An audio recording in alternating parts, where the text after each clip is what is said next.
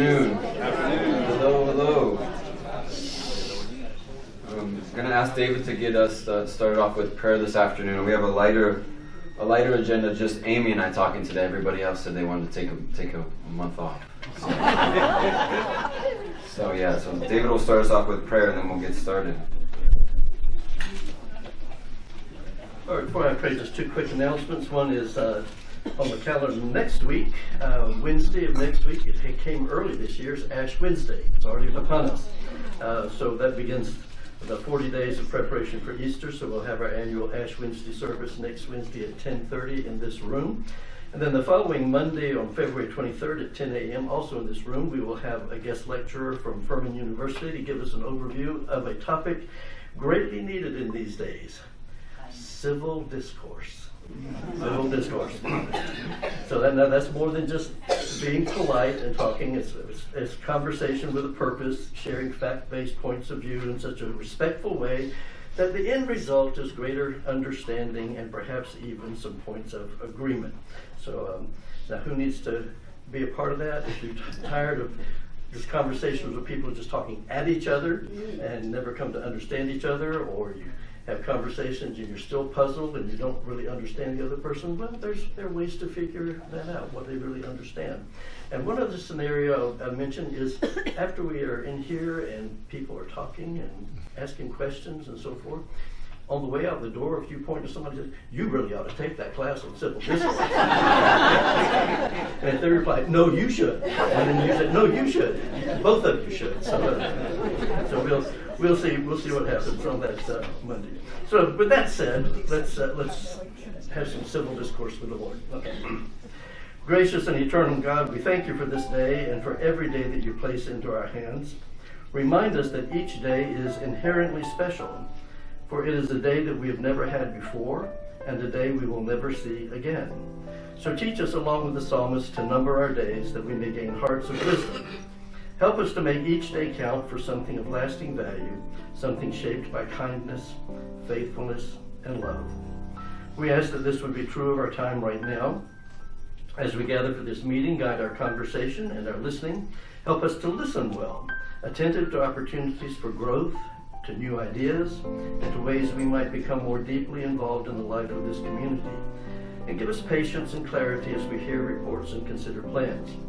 Help us also to speak well, to ask thoughtful questions that increase our understanding of the community in which we live and work, and to share ideas and suggestions that might enhance life at Rolling Green. May our words be gracious and constructive, and may our shared purpose be the flourishing of this place and of all who call this place home. As we number our days, give us the heart to be mindful of the quality of days that others are living. We remember those who live out on the margins, those who face uncertainty about housing, nourishment, or employment. We remember those who live in fear. There are many in our culture today who are anxious that their lives could be turned upside down by forces beyond their control.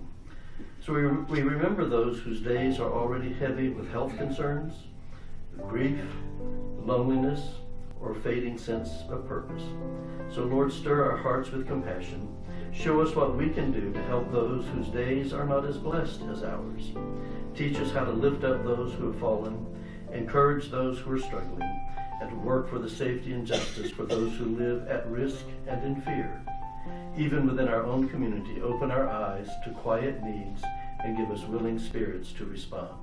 So bless this hour, bless our conversations, and bless the days that you continue to entrust to us, that they may be used in ways that honor you and serve others.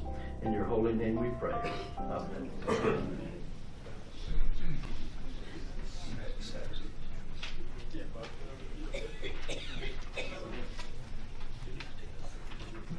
Good afternoon. Good afternoon. How many of y'all have had the opportunity to ride the shuttle to the wellness center? One person, two. Oh, well, we have about 4 or 5. Okay. I put some more information in the highlights this week so you would know we are still running our shuttle. It's working out really well. We've extended the hours just a little bit on Monday, Wednesday, Friday because we had some people that wanted to go a little bit later to the pool or to the gym. So on Monday, Wednesday, Friday, they're doing 8:45 to 1 o'clock. and that's pickup at the Village Center or the Commons. And then also on Tuesday, Thursday, 8:45 to noon. Now, Gail is going to have the bus driver telephone. The bus drivers haven't been using it quite as much as we thought that they would. So Gail is going to be carrying the bus driver phone with her. So now I guess it's the shuttle phone. The telephone number will be in the highlights this week. So during the hours that Gail will be working, if you needed to contact her, like if you needed to come back a little bit earlier than what you had expected, or maybe you got there a little bit later than the shuttle was running or something, you could call her and she would be able to come and pick you up. So the Village Center and the Commons pickups are for the people who can drive.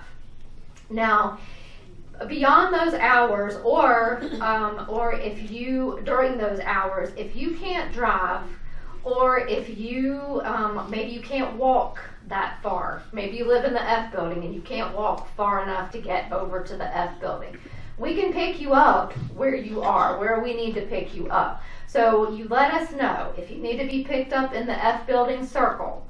That's, do y'all know what I'm talking about, the little circle. You can call you can call us or you can call Gail and let us know. If you need to be picked up at your home to be taken to therapy, or if you need to be picked up at your home to go to the clinic because you cannot drive, then let us know. Otherwise, try to use the shuttle to go to the Commons or the Village Center for us to pick you up. Does that make sense? Okay. I have medicine head right now. I feel like I'm getting a cold, so I took some medicine. Tomorrow we are having our Valentine dinner and dance. Who all signed up? All right. If you haven't signed up and you want to come, go ahead and do so. It starts at 5. It goes to 7:30. We're going to have a buffet of heavy hors d'oeuvres, and like I always say, here at Rolling Green, a buffet of heavy hors d'oeuvres is a meal.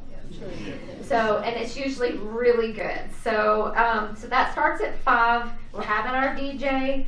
You can request songs. So think about some songs you might want to hear, so you can make some requests. Bring your sweetheart. Y'all can dance. And then also, you and your sweetheart, if you have one, y'all can sign up for Mr. and Ms. Valentine. So it could be Mr. and Ms., Mr. and Mrs., whatever. But you can sign up for Mr. and Mrs. Valentine. And then we will crown them probably around 6:30 maybe. So maybe kind of halfway through, we'll crown. We'll do the crowning, and you will get a crown. Our former queen, or I guess she's still our reigning queen. Jimmy, are you here? Oh, okay. There she is. She kindly gave them back to us. We didn't ask for her to give them back, but I think it's neat to kind of pass it on to the next one every year. So that's tomorrow night. So if you hadn't already signed up, go ahead and do so, or you can call us and we can sign you up. On Valentine's Day, we have Broadway and Beyond, and then they have some other people that attend with them. So Broadway and Beyond is usually the two ladies, but then we have the daughter that plays the violin. We have the drummer.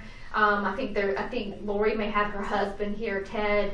But I think it'll be a really great show, and that'll be at 3:30 in the Piano Lounge. And that's on Valentine's Day. The new wish list for Ronald McDonald House is going to be at both front desks. Last time I had them in the highlights, but I didn't have enough room. So you can find the new wish list for Ronald McDonald House for February up at both front desks. And anything that you purchase for them, you can put in the bins that we have, one in the Village Center, one in the Commons Library. But they do have a QR code where you can go on and you can order things for them that's shipped to them directly from Amazon. So that might make it a little bit easier too. And then also make sure you're saving your little tabs for from your soft drinks, and then give those to us, because they can turn those into money to help pay for children's medical needs. So make sure y'all save those. Our Galentine fashion show, we're finally going to have it. It will be on Tuesday, February 17th in here at 2 o'clock. Simply Pink Boutique is going to provide the clothing. We have about 10 models that are going to be here, and actually, because we had a couple people that couldn't do it because we rescheduled it, my mom is going to be here, and she's going to be one of the models, so I'm excited about that. But anyway, you will have an opportunity to purchase some of the clothing that they are going to be showing, and then some of the things probably that they're not going to be showing. But you will be able to purchase some of those, and the prices are pretty reasonable. They have accessories, they have bags, they have clothing. So that it would just for the ladies. The men can come too, but I don't think they don't have any men's clothing, so I don't know. But men are welcome too. And we're gonna have refreshments, and I think it'll be a fun time. And then I think the last thing that I have is we do have our third bus. I don't know if you've seen it out here. It's blank. Doesn't have anything on it. We're waiting to get it wrapped, but we can use it. So now that we have the third one, we are looking at trying to find either we'll sell the big one, or if we can't sell it, maybe just donate it. But we will be looking at doing something with the big bus. And then now that we have 3 small buses that we are able to use, and they don't require CDLs, so that's nice. I think that's all that I have. Does anyone have any questions? Yes. Yeah, on the portal it says that Broadway and Beyond is in this room. Okay, well I need to change that then, because it'll be in the piano lounge. Okay. Yes, yes. Okay. And I can do a 1 call for that too, to let people know. No more questions? Yes. I'm sorry, I don't know who Gail is. Gail is our shuttle driver. Okay, Mhm. thank you. Mm-hmm. Anyone else? Okay. Thank you. Oh, yes. Is the shuttle parking space going to be permanently in the golf cart spots out there out this door? I think we usually just try to put it wherever we can, because sometimes there isn't parking. I mean, is it parked out there all the time? Well, yeah, and I got here like right at the the last minute, and so there were a bunch of cars in the golf cart spot, and one of them was the shuttle. So Okay. I just sort of squeezed in. Yeah. But Okay. not exactly in the spot. But I mean, I drove my golf cart so I could park. But Okay. there's cars in there. Okay. Well, we can make sure that it's not in there. Anyone else? All right. Thank you.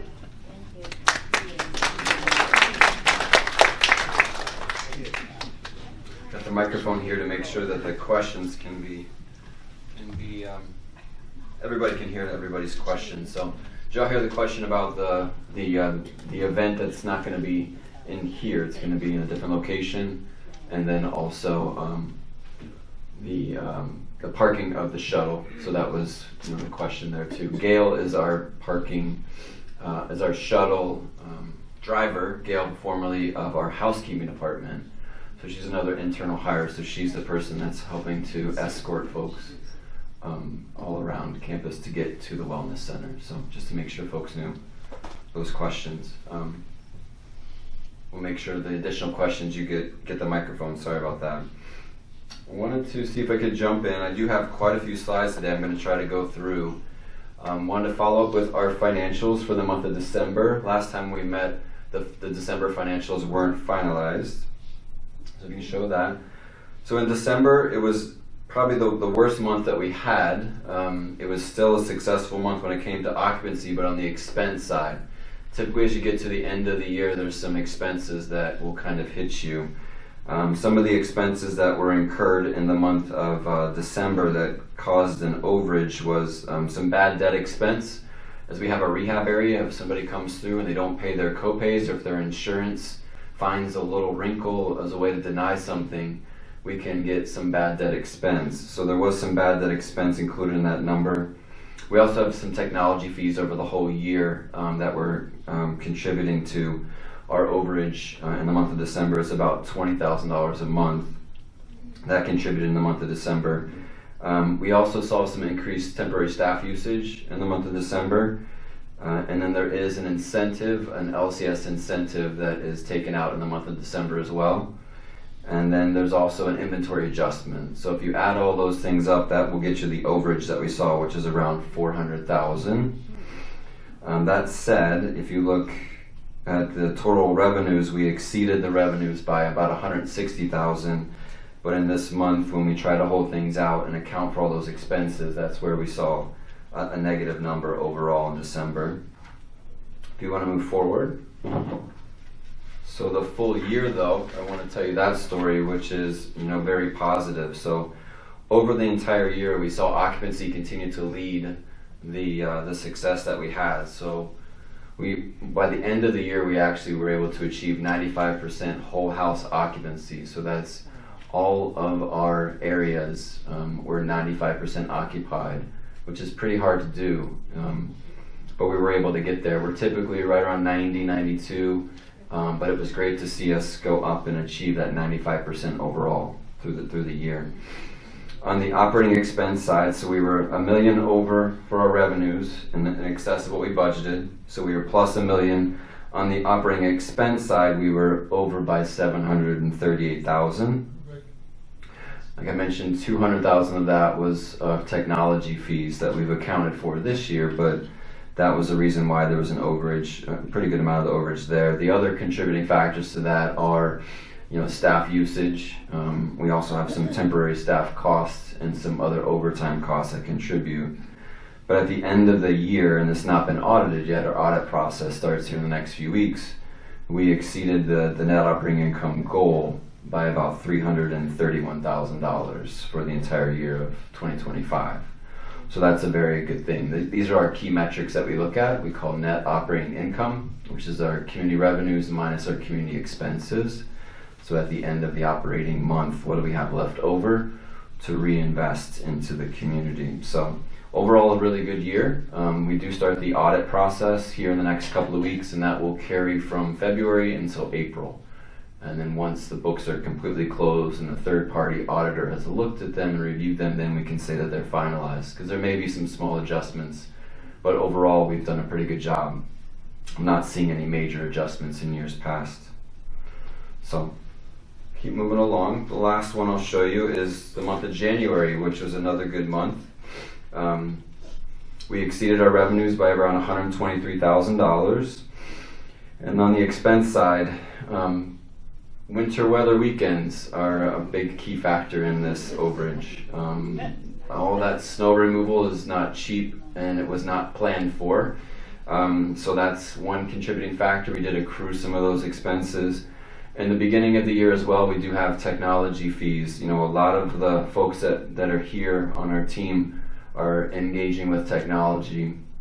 So between our health record, between our sales software, between our work order system, and then all of the computers that we have and all of that comes with that, there's quite a bit of technology that we lean on. So that's a factor. Some of those initial annual fees are hit just in the month of January, and we can't draw them out through the rest of the year. We're also experiencing a staffing expense. In January, I'm going to mention here a little bit, we had our leadership turnover of Sean. So that's an increased cost for the month that we didn't plan for. But we're grateful to have some ancillary support. But we did exceed the net operating goal for the month of January by about $76,000. Going to move along. So I mentioned that Sean retired on January 16th. We're extremely grateful. Over 2 years. She did a great job. She did just say that some of the stressors of the role were weighing on her, and she felt like it was time to step back and wanted to spend more time in her garden and playing tennis. So she did finish out. She did a great job of helping us finish out. But over those couple of years, she really did focus on systems. She helped us to change out our billing software. She also helped us to get 2 unmodified opinions with our third-party auditor. And in November, she helped us to finalize. There's a lot of work that Sean did to finalize our tax-exempt bond financing. So extremely grateful. In addition to that, she also helped out with POA management for a little bit. She raised her hand to give that a shot as well. So we definitely miss her and appreciate all the work that she did over the last couple of years. So right now we are having a Life Care Services interim financial services director. It's somebody that's working remotely. We have engaged a recruiter to help us find that next financial services director. And we've had a couple of interviews, and we might be getting closer to finding that permanent person. So we'll keep you posted as we move forward, once that decision is final. Move forward. All right, I want to give you an update on some things that are happening. The middle pond plantings, I know last month Holly was here and talked about some of the design that she's working on at the middle pond and the lakeside shoreline and kind of the Hoaxsmith Boulevard area.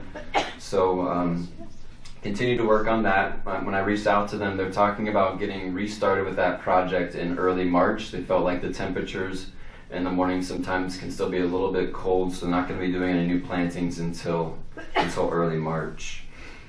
Want to let y'all know as well, we're still planning to remove the 2 speed bumps from the front entrance, the concrete ones. We removed the ones in the back, but the ones in the front are going to continue to be are going to be removed. We just don't have a date yet, but that's been a part of the plan to swap those out. I believe the AC elevator is fixed. Skip's nodding his head. Now it's a brand new elevator, and I did take it when I came down here just to make sure it was working. But I know some folks are probably a little gun shy because it was brand new and then it didn't work, and then it's been sitting there for a few weeks. There was a guy here, I think it was Friday, we were hoping that the Otis elevator guy was going to get it fixed, and I walked by and he just had these, it looked like braided hair, all these wires, and it was significant. And I asked him, I said, are we going to get this back up today? And he said, I'm hoping so, if I don't get interrupted again. That was definitely a shot at me. But it looked very intricate and looked very complex, and it wasn't just a simple fix. So as I was thinking about that, we probably should have had him lower the elevator and do it from the basement area where there's not as much traffic, but he's right there in the middle. It's like Grand Central Station sometimes in the AC lobby. So we're hoping that that's squared away. We are going to be looking at the A-B elevator, as we're slowly chipping away. But we're hopeful that is finally fixed and does not go back down. Amy did talk about the small bus being here, so it was delivered a couple weeks ago. We do want to put a vehicle wrap on it like the other 2. We work with a local vendor here to do that, so that should happen here in the next couple weeks, but it is licensed, it's ready. Stan has been very helpful. What you got, Stan? Thursday? Okay, so that'll be sooner than we thought, and that's been part of the plan and a lot of resident feedback. To make sure that we have enough vehicles, particularly vehicles at work. I know Stan had been stranded a couple times, and we wanted to make sure that the vehicles that we have are working in a good order. And also, the smaller buses help us. We don't require to have a CDL to drive them. So it's a little bit of a different approach, and we are going to look at selling the bigger bus, as there's continue to be some maintenance issues that keep popping up with it. So. The Village Green Courtyard, we're still continuing to finalize some of those quotes. It's been a little disappointing that it's been dragging out. We are targeting for a March start, and that's going to be a new area of construction. Are you excited about that? Anybody? Hopefully it's only going to take a few months, but we're looking at March-ish till around maybe September-ish. We'll have to see. So about 6 months to complete that project. It's a pretty big project. We've had a handful of residents on that committee. We've been working on it for well over a year and a half, and we're excited to see it be finalized. So just finalizing the contractor bids and then also getting the permits squared away. But there's still some work we can do before those permits come in. But that's going to be a pretty big project, and that's a pretty special place across campus. And then the Village Center, there's some upgrades that are happening now. I think folks have seen the new paint down the hallway. It definitely livens up and kind of brightens up the space. We are also going to be replacing the concierge desk and trying to make it feel more like the front desk up at the Commons. So we're trying to just make sure it doesn't feel too far incongruent from the Commons to the Village Center front desk. So appreciate Lindsay and the team that's working on that to bring it up to standards. So I think it's coming together nicely. Keep moving along. We've got some resident feedback. There's been some questions about security and what are we doing to keep Rolling Green safer. So I don't know if I shared, and I think I did, but you may have missed it, that we have done quite a bit to upgrade our video surveillance technology in the last couple of years. So I mentioned it briefly, but I wanted to kind of share it a little bit more in depth. So I've reached out to our partner Convergent, and they're going to put together kind of a bird's eye view heat map that will show us across the campus what our video surveillance coverage is today.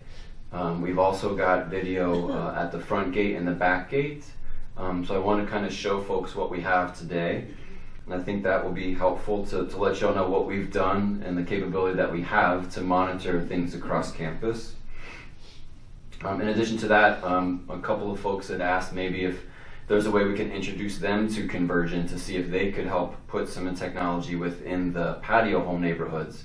And the lady Lisa said they're open to having that discussion as well.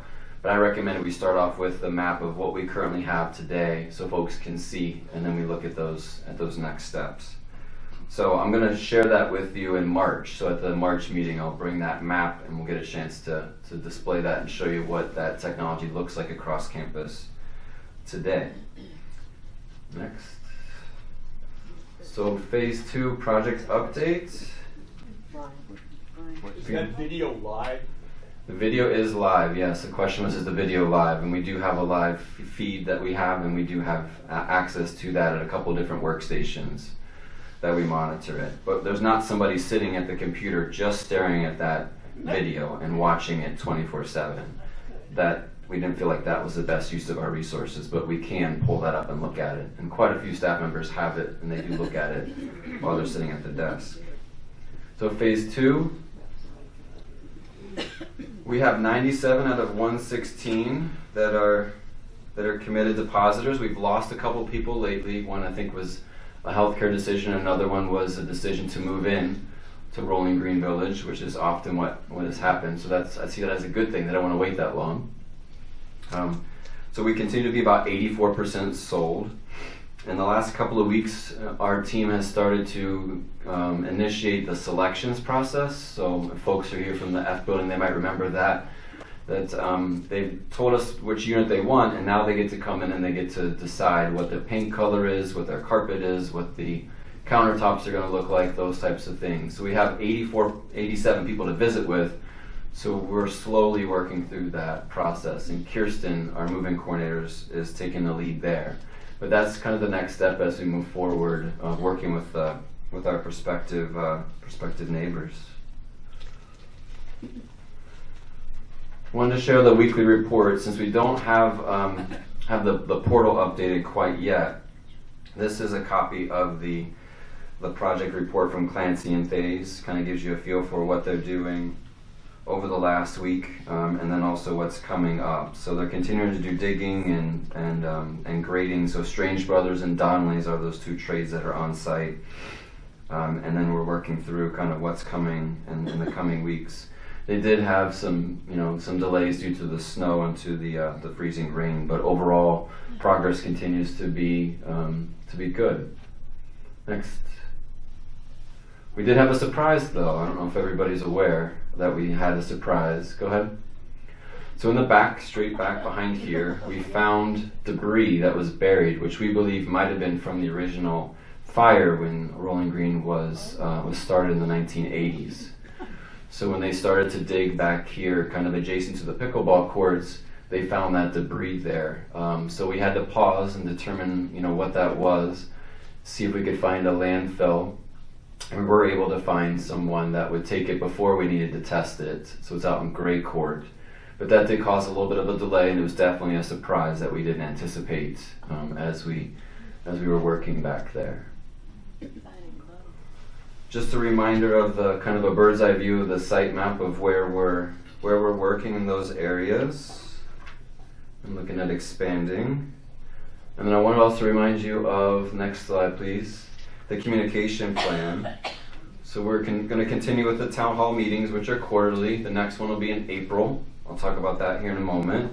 And then monthly, we can definitely set aside time to answer questions. I want to share the bi-weekly report like I just did there. And then we're working on creating a location up near the Commons. We're calling it Around the Corner, which is near the Commons dining room, which will have a small location with a table with a bird's eye view map of the current campus and the new structure. So we're working with our advertising agency, and we're just finalizing some of those pieces for that map to be created. In that location, the map will be there in addition to the weekly reports that'll be on paper, and there'll be a little question box so you can put a question down if you'd like. So I'd hope to get that done here by the end of this past month, but it's been trickling over a little bit. The ad agency, we had to kind of go back and forth on a couple of different types of maps, and then I wanted to get resident feedback on which map looked better. So I asked a handful of residents, hey, which one do you like? And I got some good feedback, and now we're just waiting for that to be finalized. And then we'll work on that. So we'll keep you posted when that location is created. And it'll just be another way to interact and to learn more about where we're headed. Next slide, please. So this is the next town hall, which will be on Monday, April 6th at 1 p.m. and 2:30. We do ask you just attend one session. There'll be very similar content in both. And it's going to be in here. We'll have Lucas Shaw from Life Care Services Development, and then also Matthew Prater and Nick Dalton with Clancy and Thays. Yesterday we held an on-site, we call an OAC meeting. It's owner, architect, contractor. So it was a good opportunity for 15 people to get in the room and just talk about progress and different things. Some interesting questions brought back and forth, between the project development and the construction team. There's just some healthy questioning to make sure we're all on the same page when it comes to the scope and the things that we're doing. But it was a good meeting, and those are going to be held monthly. Next month they'll be held at the new location, those new trailers that are on the corner of Trail Oaks and Hoke Smith. So they weren't able to get them up and running yet until here. So we had to hold the meeting in here at Rolling Green. But moving forward, it'll be out there. I want to talk about a little bit of recognition. I'm almost to the end here. This is a pretty neat recognition. So both Lexi and David were recognized by Life Care Services recently as being Pinnacle Club Award recipients. So what that means is they were in the top 10% of sales professionals across all of Life Care Services over the last year, which is pretty amazing. So I want to make sure you knew that. I think it was posted maybe on Facebook and on LinkedIn, on our social networks in the past week or so. Not everybody has that, but I just wanted you to know how awesome this team is, particularly the work they've been doing, not only selling what's coming, but also selling what's here. I think yesterday when Lexi shared with us, we have 4 apartments that are open to be sold right now. There's a few more that are in the queue that will come open, but only having 4 out of 205 is a pretty good sales effort by them. So that's pretty neat to see. So if you see them, congratulate them. And then the next one, I wanted to make sure you knew across Life Care Services, Rolling Green was recognized. There was quite a few communities that were able to achieve 95% occupancy, like I talked about. So having 95% of all of your homes or apartments that were sold is a pretty big accomplishment. Typically we target for 90%, but if you can get to 95%, you're really operating at a pretty high level. So I think Lindsay was going to try to pull up that article real quick. This was posted through Life Care Services. It's a website.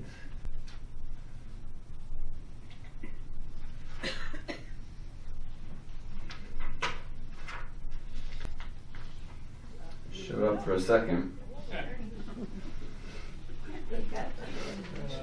There it is. If you scroll down a little bit, and I'll show you. So right here it says LCS results continue to outperform the broader senior housing industry, which is average occupancy by an organization called the NIC map is 89.1%. So we're at 95.1. If you look, if you keep going down. So that's a pretty neat thing to share, just so you're aware of what we're doing compared to some of our peers. These are just Life Care Services communities across the country. It's about 130 in 30 some states. All right, that's good. Thank you, Lindsay. And then the last slide before I open up to some questions, just wanted to thank everyone for your hospitality and your grace during the winter storm weekends. You know, we had to adjust the way we do things and just appreciate everybody's grace and knowing that we're just trying to do the best that we can to care for you all. It's difficult sometimes. Staff don't want to come in at all. They think that they're gonna, they may get into an accident. They may injure themselves when they're coming in. But we had quite a few staff that were here that actually stayed overnight. So we were housing them in different offices with air mattresses, and we were feeding them as well. So it's pretty special to see the commitment that they have to you all. For doing that, we're making sure they get a PTO day to say thank you. That's another expense that we're going to be incurring, but we felt like it was the right thing to do to make sure that people that sacrifice are getting a little bit back. So I just wanted to say thank you. I know we had to change some of the things that we did and just wanted to recognize that. It's pretty crazy to have 2 straight weekends. You know, after we had the first one, I was like, okay, take a deep breath. We'll talk about it next year. And then within a few days, it's like, here we go again. So it's just part of our commitment of what we do. You know, there's always going to be challenges and different things that we encounter. You know, from Helene last year to 2 winter storms this year. So I'm not sure what next year is going to behold, but we're committed to doing the best that we can to support you all. So that was all I had. Who has the first question? Question about the $360,000. I have a question. Well, first of all, I want to thank, and I think all of us would feel the same way about the way that staff stayed and took care of us during that particular time. It was tremendous. So, thank you and the people who do it. My question is, I saw on your fiscal report for the year that there was $330-some thousand that you were over. Is that correct? And if that's true, is that money designated for certain projects, or where does it go? So you're talking about the fiscal year, the fiscal full year, right, yeah. the fiscal year for Yes. 2025. You're showing $330,000 over. Is that assigned to specific projects? Is it put into the budget to lower the revenue needed for the budget for this year? Where does it go? How does it work? Yeah, anything we make in excess of our revenues and our expenses goes back into the organization. So we may park it into a savings account, you could say, for now, but it continues to help us with a lot of the improvements that we have. At the Resident Finance Committee meeting, we met with a handful of folks, some of them are here. We had over $4.3 million in improvements last year. Across the whole campus. So as we're getting to be 40 years old coming up, which is October, we're going to have a party October 22nd to celebrate 40 years. We have to continue to reinvest into the community. So those dollars go towards those projects that we continue to do, between the Evergreen Place remodel, between the new decks that are in the E-building, the new elevator. You know, those are the things that we're continuing to have to keep up with. As we get older, so that those revenues go back into the organization, and particularly the first thing I would think of is all the improvements that we're doing and continue to do. So they're not designated at this particular time for any specific project. The money is just there, and when you need to do a project, you draw on those funds. Is that a fair statement? Yeah, we have to keep a certain amount of, we have covenants with the bank and now with bondholders that we have to maintain a certain amount of debt service coverage and also days cash on hand. So you could view them as sitting in our, you could say our bank account there to make sure that we meet those covenants and the funds that we have are utilized to continue to do improvements. The 4.3 is a kind of a one-time thing. I don't anticipate us doing that every single year, but that is something that we felt like we needed to catch up on, a lot of things that we put off during COVID, and that was the reason why we did execute a lot of projects last year. This year we're going to continue to move forward and be strategic in the projects that we take on. But there's a lot that we need to continue doing and innovating with. So none of the projects that are going to be done as a result of the construction of phase 2, is that all of those projects that are tied to that phase, is that money coming out of the money that you anticipated for the whole phase 2 project? Yeah, that's where we secured bank taxes Right. and bond financing in November. So all those funds are designated to support the construction. So last month we had, I think it was $2.8 million that would cover the first payout for the first part of construction for December. This month I think it's about $800,000.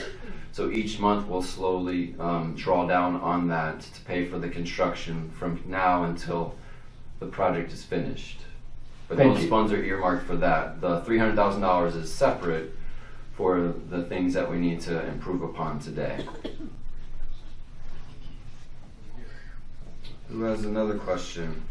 I don't know if I didn't mention it before, but while we have a second here, the F building parking lot, we know that the lights were struck out. That was another thing I didn't mention. So right before the first winter storm, we get a power outage for 4 hours thanks to a line that was underground that they weren't aware was there due to 811 missing it. So when that happened, there were a little bit of issues that we had, but we did secure recently a portable light fixture that is also solar that we put in that small F building parking lot that's adjacent. Because when we heard from Duke about them permanently repairing the line, they said we'll probably get to it in September. So we said we can't wait that long.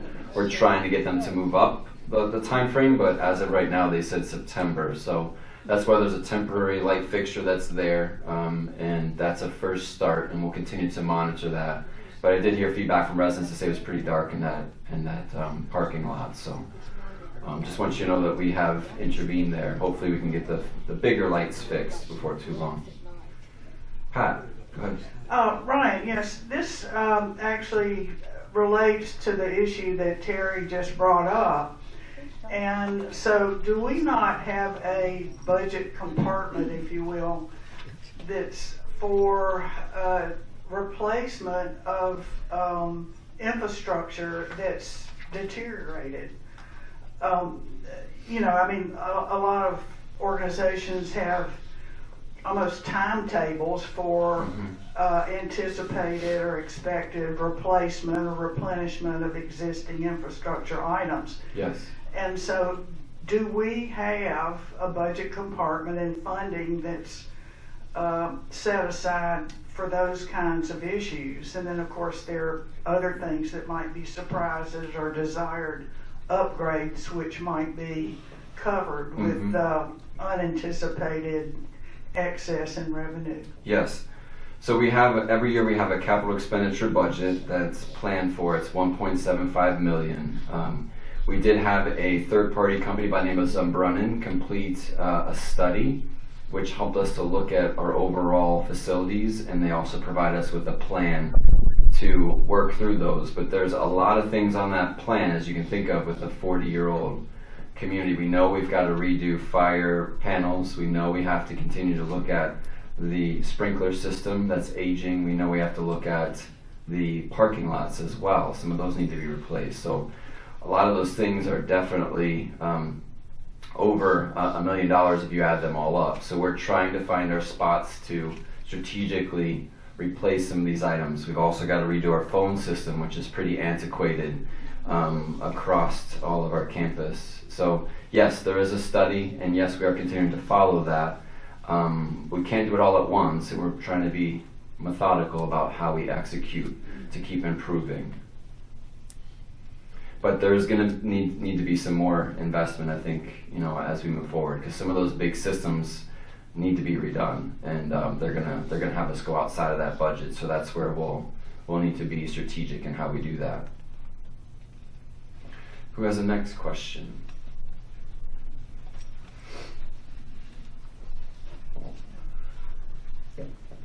I know everybody appreciates the rock salt that was spread around the campus on all sidewalks and such, but I think it would be good if we could clean the sidewalks now. We have rock salt outside this building, at the side entrance, the main commons area, there's rock salt all over the sidewalk around that area. So if we could just have kind of a cleanup and get rid of the rock salt, that'd be a great thing. Yeah, I was noticing that too, particularly up front. I do think we need to lean on our maintenance team to come up with a plan to minimize that, but I think it's a good point. Brian, is there a concern with speeding within Rolling Green Village? I do a lot of walking on Trail Oaks, and you know, I see people just going through the stop signs coming in, and just in general speeding. Yeah, I think you know the answer to that question. I think the posted signs, there's only so much that they do. That's why we've installed a lot of speed bumps, and a lot of people say, why do we need the speed bumps? So try to be intentional about them to try to slow some people down. But you're right, like, you know, we do have issues with that where I would hope that we wouldn't. I don't know if it's a staff member or someone, I think you need to let us know.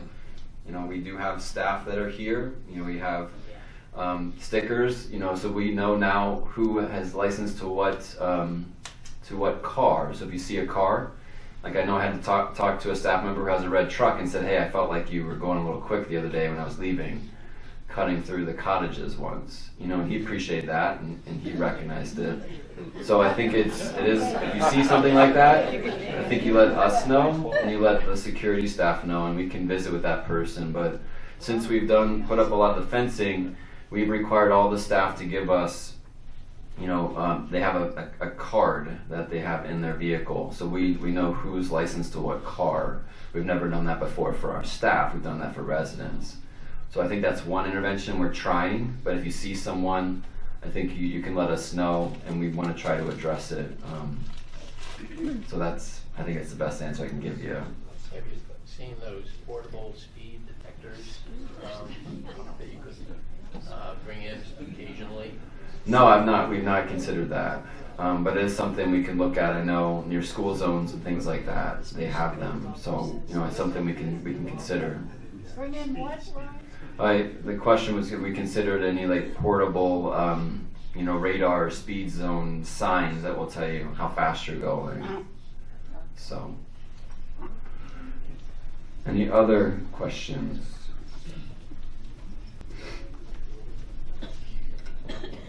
I'm curious, we have all the fencing around construction, and now they're camouflaging it with, I don't know what, screens or something. We like to see what's going on. Yeah.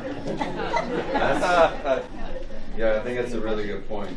Poke a hole in it. We will have, once we get the portal squared away, we will have a live feed that you can link into. I don't know if it's up yet. Amy, do you know? A what? So we have the security. So with the construction folks, they've required to have security, and their security is video surveillance of all those sites. So there are cameras that are placed that are overseeing those sites, and once the portal is updated with that button for you all, there'll be a link in there where you can click on it and you can watch and you can look at certain video. But you got 700 people here that are doing that. Correct. I think it could take it, but yes, there is a video link you can get to. Eventually we'll get there where you can see some of the progress. Yeah, I had a resident stop me and was monitoring the porta potty outside. So they'll remain nameless, but there are people monitoring and they're watching. But if you see something, particularly a safety concern, please let us know. You know, we want to make sure that people are being safe. You know, we want to make sure residents don't go in those spaces. I have heard some feedback that residents back here have been driving in, or someone's been driving in into that space that's been kept open temporarily and turning around. But this construction area, particularly here, they're going to start digging, won't be able to do that much. But we do want to make sure that safety is a huge piece. You know, I don't know if everybody's aware, there was 2 staff members that passed away, 2 construction workers that passed away when we were building phase 1. One gentleman, you know, got up on the roof and didn't tie off and fell off the roof and died. And the other gentleman was laying brick, and we think he had a heart attack and he fell off the scaffolding. So we don't want to have those two things happen again. So that camera does help with a little bit of safety, but I know that we've been intentional in working with Clancy, encouraging and making sure that safety is a huge piece of what they do. So they start off every meeting with talking about safety. So we definitely want to make sure that we're being mindful of safety. Go ahead. I know the screens are up, and there's a reason for it too. I know we can't see, but it cuts down on the dust and all the stuff that they're doing down there when it's blowing. And if we're walking by and that's not up, you're going to get doused with dust and dirt and that kind of thing. Yeah, thank you for that. So it's a twofold. Okay, I didn't know that. Thank you. Yep, that's really true. It's also advertising for Clancy and Thais. They don't do residential, they just do commercial. So I thought they might have some RGB logos. I think last time they did, but they didn't. Maybe that's still coming. It hasn't happened yet. So. But that's okay. Everybody knows who we are here. So who has the next question?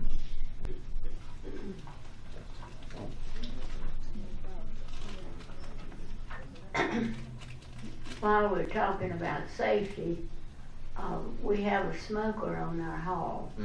I don't know if we've taken steps to prevent that, but I have a hard time breathing different kinds of dust, but especially cigarette smoke or any kind of smoke for that matter. Yeah.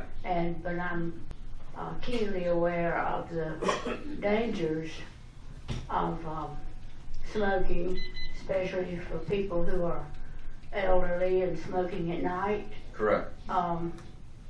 Also, what causes fire in the construction during phase one. We don't want a fire in the old building or in the new phase. Correct. I just want to clarify, the fire that happened was in 1980, in the 80s, with the first construction of Rolling Green. We didn't have a fire with the last one. But yeah, we have addressed it with that resident. We did find out the resident, decided to smoke within her apartment, and visited with her 2 different times. I believe that issue has been resolved. I've not heard anything since then, but myself and Shannon are working closely with that resident and also with the family to make sure that's not a continued concern. So I feel like the intervention that Shannon and I have put in place has worked, but please keep us posted. We'll continue to work through that.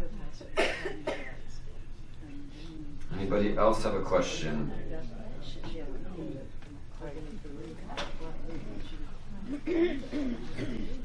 Trying to think if there's anything else to give you an update on. Has anybody seen the new benches at the front?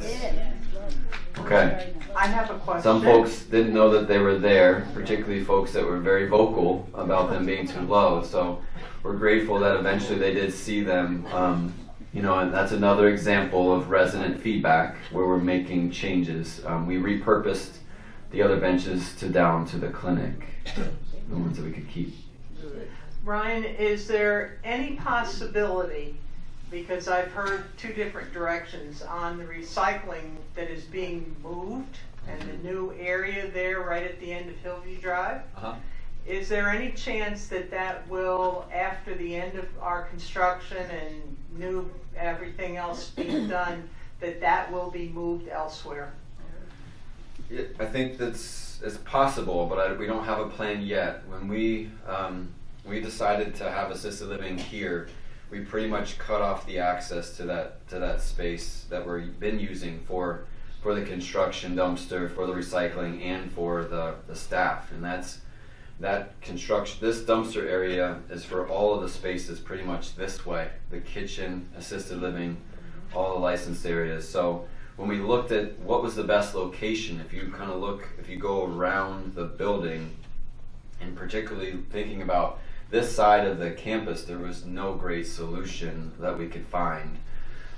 One of the thoughts was you could have put dumpsters over there, close to the wood shop, but you'd have to build a huge retaining wall because of the slope, could you tuck the dumpsters over there? But the cost of that was just too much. And then you would have to have staff with a cart and a buggy carting trash. So it's there's no great place, I think. One of the thoughts we have as we move forward, there may be a chance to move the recycling to a place that's further out in a different location. We got our eye on a potential, but we wouldn't say that yet until we've completed this and see how this works. I will tell you we're going to have landscaping around that, so I think that will help a little bit. But yeah, there's no great location. Well, I was thinking about it, and landscaping may help a little bit, but it might be much better to have an actual wall, a decorative, like a brick wall or with a fancy brick in it or something, or stone, because the people who live right across from that, their property values are going to go down. Right away, they're going to go down, and the realtors have agreed with that. Yeah. So it's not going to be a good situation forever. We're definitely sensitive to that. We did feel that something natural versus a wall would maybe be a little bit more appealing to most. But if we determine in the future we could look at that and say this could be a different option, I think we want to just see what the plans look like once it's finalized and we see the final product, and then we can definitely make adjustments in the future. I'm not a realtor, but I know realtors are typically focused on themselves. We had a realtor call us in the last couple weeks that's trying to sell a house on Roper Mountain Estates and was very upset that we cut down our own trees because that impacts the sale of that house. And there's only so much that we can be sensitive to. I wanted to save some more trees too. We did ask, what can we save? And with some of these decisions, they are hard, particularly when it comes to garbage. Keeping it close to the building, close to where it has electrical, because you have to have the tipper, and making sure that we're not creating more of a nuisance with other vehicles. It was not a great location. There's not a great one at all. I think this was probably the best location we could have. And then when we decided to move the assisted living because we felt like that was a priority, that's when that all changed. So I definitely understand where you're coming from. We will definitely consider it. I do think that the recycling area, where it's a pull-off area for residents to go to, I think could be something we put in a different location in the future. And we kind of have our eye on something, but we want to see the project finish, and then we'll look at that. We'll definitely continue to be open to feedback. We even talked about the new, I don't know if you guys have seen some of the new dumpsters where you can put them underground. I think it's called Terracon, is that right, Skip? The company? I think that, and they have some roots in the Greenville area, but they're these circles, they look like grain bins that are underground, but they don't hold a lot of capacity, and they're not very efficient. They're kind of more expensive in the long run, but we did think about that. What can we do as something different as we move forward? So it is not a fun topic, and we will continue to keep an eye out for it. Yes, Lynn? Continuing along that vein, there's a lovely gray monster at the back door going into where housekeeping is. Can that be screened? I'm not sure what you mean. I'm not sure what you mean by the gray monster. The generator or whatever that piece of machinery, noisy piece of machinery is. Back by housekeeping back here. Yes. I know that we're going to try to do some degree of shielding of that, particularly in the G building, because some of those apartments will look out on the big gray monster in the back, which is for the commons kitchen.